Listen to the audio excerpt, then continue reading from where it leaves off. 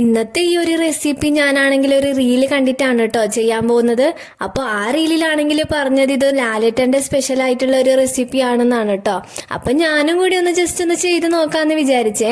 ഇങ്ങനെ ഞാനാണെങ്കിൽ ഈ നേന്ത്രപ്പഴം ആണെങ്കിൽ നീളത്തിൽ അങ്ങ് മുറിച്ച് വെച്ചിട്ട് നെയ്യിലിട്ട് ജസ്റ്റ് ഒന്ന് നമ്മൾ നന്നായിട്ട് അതൊന്ന് വാട്ടിയെടുക്കണം കേട്ടോ. ഇതാ ഇവിടെ കാണുന്ന പോലെ നന്നായിട്ട് ഇതങ്ങ് വാടി വന്നിട്ടുണ്ടേ. അപ്പോഴത്തേക്ക് ഇച്ചിരി ശർക്കരയും കൂടി ഇതിലേക്ക് ഇട്ട് കൊടുക്കുന്നുണ്ട് കേട്ടോ. എന്നിട്ട് പിന്നെയും നമ്മൾ ജസ്റ്റ് നന്നായിട്ടൊന്ന് മിക്സ് ചെയ്ത് കൊടുക്കണം.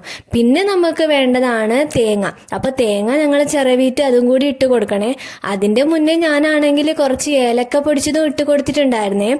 എന്നിട്ടാണ് നമ്മൾ ഈ തേങ്ങ ചിരവിയതും കൂടി ഇട്ട് കൊടുക്കുന്നത്. ഇത്രേ ആയാൽ സംഭവം റെഡിയായി. പക്ഷെ ഇത് പാത്രത്തിൽ ഞാനാണെങ്കിൽ വിളമ്പുന്നതിന് മുമ്പേ വേറൊരു സംഭവം ഉണ്ട് കേട്ടോ, ഐസ്ക്രീം. അപ്പോൾ ഇതിലേക്ക് നമ്മൾ ഐസ്ക്രീമും കൂടി ഇട്ടിട്ട് വേണം കേട്ടോ കഴിക്കാൻ. അതുകൊണ്ടാണ് ഇതൊരു സ്പെഷ്യൽ റെസിപ്പി എന്ന് ഞാൻ പറഞ്ഞത്. അപ്പോൾ കഴിച്ചു നോക്കുന്നുണ്ട് കേട്ടോ, എങ്ങനെ ഉണ്ടെന്ന് നമുക്ക് നോക്കാം. അപ്പൊ സത്യം പറഞ്ഞാൽ ഇത് കഴിക്കുന്ന മുന്നേ ഞാൻ വിചാരിച്ചു ഒട്ടും കൊള്ളത്തില്ലായിരിക്കും ഇത് എങ്ങനെ കഴിക്കുന്നു. പക്ഷെ കഴിച്ചു നോക്കുമ്പോഴല്ലേ അറിഞ്ഞത് സംഭവം കിടുവായിരുന്നേ. അപ്പൊ അത്രേ ഉള്ളൂ. Bye bye.